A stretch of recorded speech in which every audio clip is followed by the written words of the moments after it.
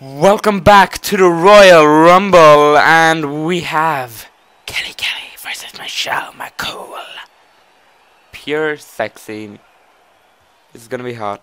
It's gonna be an amazing match. Royal Rumble, Divas Championship on the line. My God, Kelly, you sexy beast.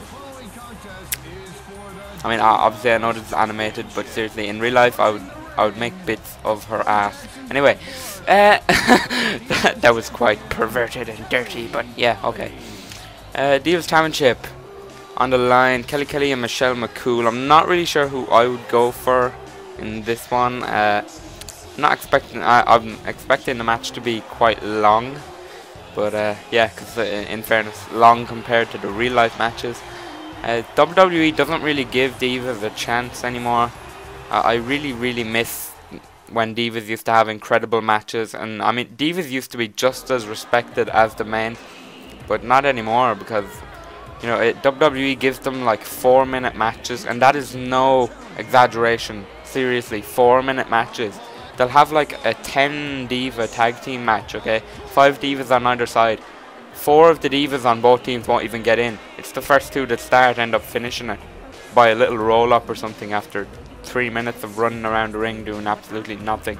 Divas have become an absolute joke, and WWE seriously needs to sort it out and give them a chance, because they really are talented. A lot of these girls are, and you know, they're not giving them any chance like they used to. I mean, people like Lita and Trish Stratus and Chyna and Victoria and Jazz, Jacqueline, these people, Sable, Stacey Keebler, Tori Wilson, Candice Michelle, I can go on forever. These divas had chances to show what they can do, and they really impressed with more than just their good looks. I mean, they were incredibly talented, and most of them could wrestle better than a lot of the men even. And it really just became an absolute joke, the Divas division in WWE. I mean, as much as I hate TNA, they do have a really good Divas division, and they're actually using their Divas properly. And unfortunately, well, they're not even called Divas in TNA, they're called Knockouts.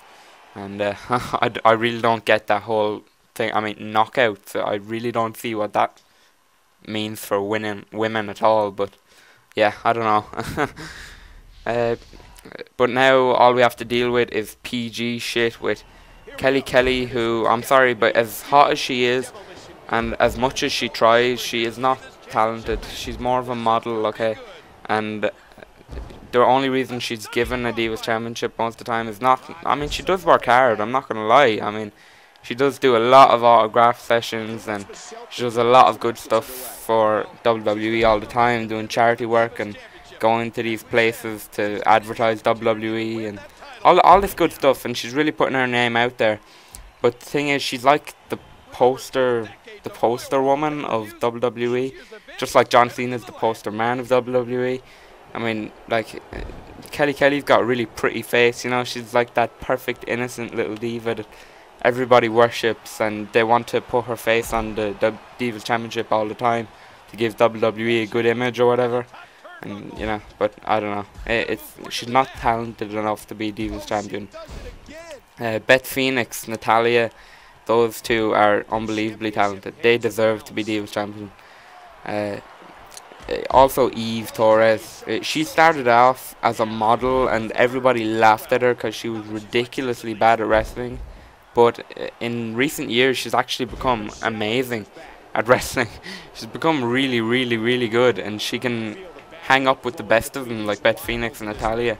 And at Survivor Series, which was the last pay-per-view, her and Beth Phoenix, I believe, had the best Divas match I've ever seen. I mean, since it became PG and Divas started becoming a joke, it was definitely the best Divas match I've seen in a long time.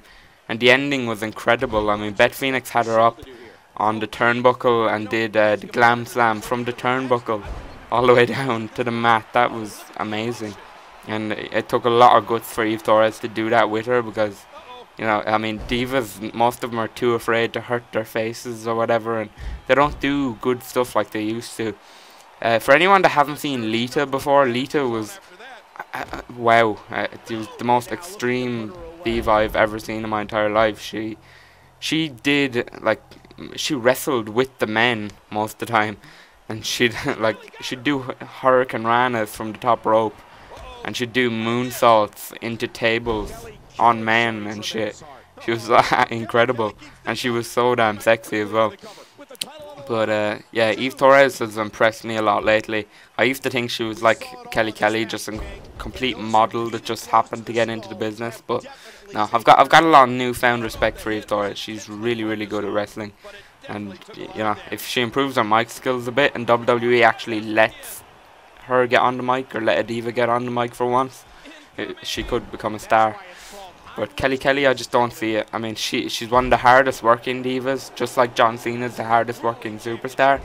But they don't necessarily deserve it because they're not as talented as they could be. John Cena is he's a lot more talented now in terms of men than Kelly would be in women. Because, you know, John Cena, he does have incredible mic skills, incredible charisma. He does struggle a bit when it comes to wrestling, but he can wrestle better than a lot of the guys on the roster. When it comes to Kelly though, she can't really wrestle for shit. She's mainly just a gymnast that can do a lot of fancy moves.